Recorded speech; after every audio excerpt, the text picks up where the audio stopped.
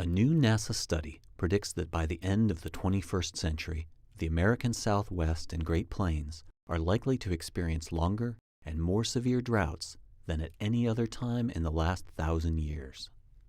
So recent droughts, such as the ongoing drought in California or in the Southwest, or even historical droughts such as the Dust Bowl in the 1930s, these are naturally occurring droughts that typically last several years or sometimes almost a decade.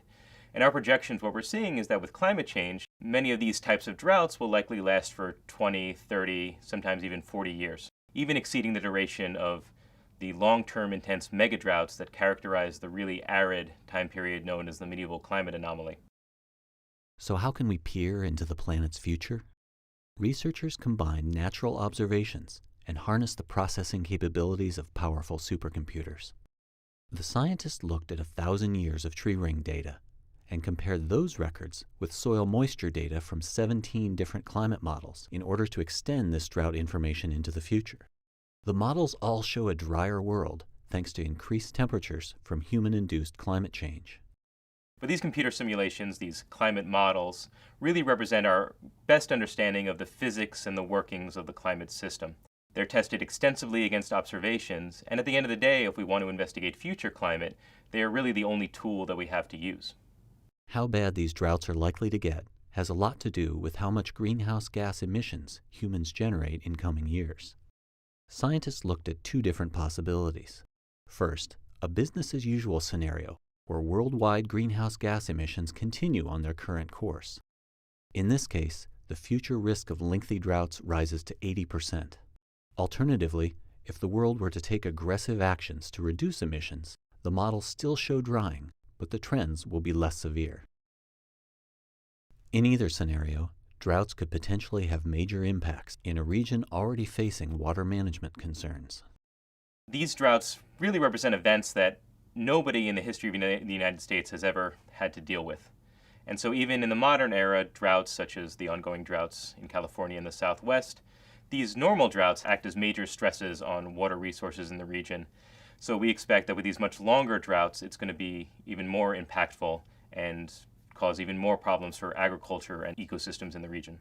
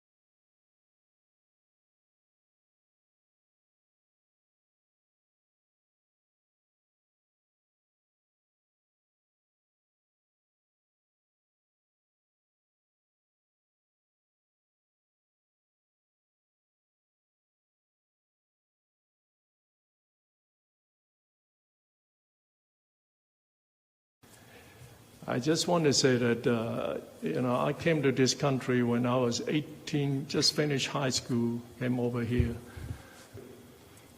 I went to U.S. Army to serve 20 years, active duty, 24/7, and retire. Okay?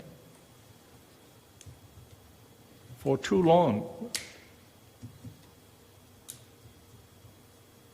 I have put up with a lot of in silence. Excuse me the language. Too afraid to speak out, fearing more abuse and discrimination. Yeah. Then when I came out of the Army, I said, I'm going to make it a better community where I go to, wherever I live, to serve. I mean, I do my best, do what is right. And then, in the last few years, things are just getting worse and worse.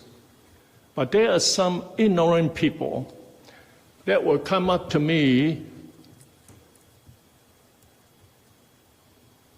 and say that I don't look American or patriotic enough. People question my patriotism, that I don't look American enough. They could not get over this face. I want to show you something. I want to tell you, because I'm not afraid. I don't have to live in fear, intimidation, or insults.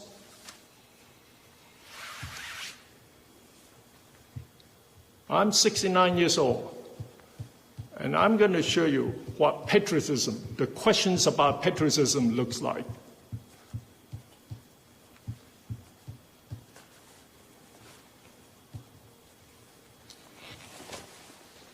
Here is my proof. This is sustained through my service in the U.S. military. Now, is this patriot enough? I'm not ashamed to walk around anymore. Before I felt inhibited. People look at me strange. And dare to question me, my loyalty to this country. I don't look American enough. Now, last I read the U.S. Constitution, we the people, we are all the same. We are equal. Not this, you are more superior, you are not. We are all the same. We all have, even I have some mindless prejudice sometimes. I caught myself. Oh, I don't like the way you dress, it's not the same. But prejudice is hate. And that hate, it can be changed. We are human. We need to be kinder, gentler to one another, because we are all the same. We are one human being on this earth. Hey, NBC News viewers, thanks for checking out our YouTube channel. Subscribe by clicking on that button down here, and click on any of the videos over here to watch the latest interviews, show highlights, and digital exclusives. Thanks for watching.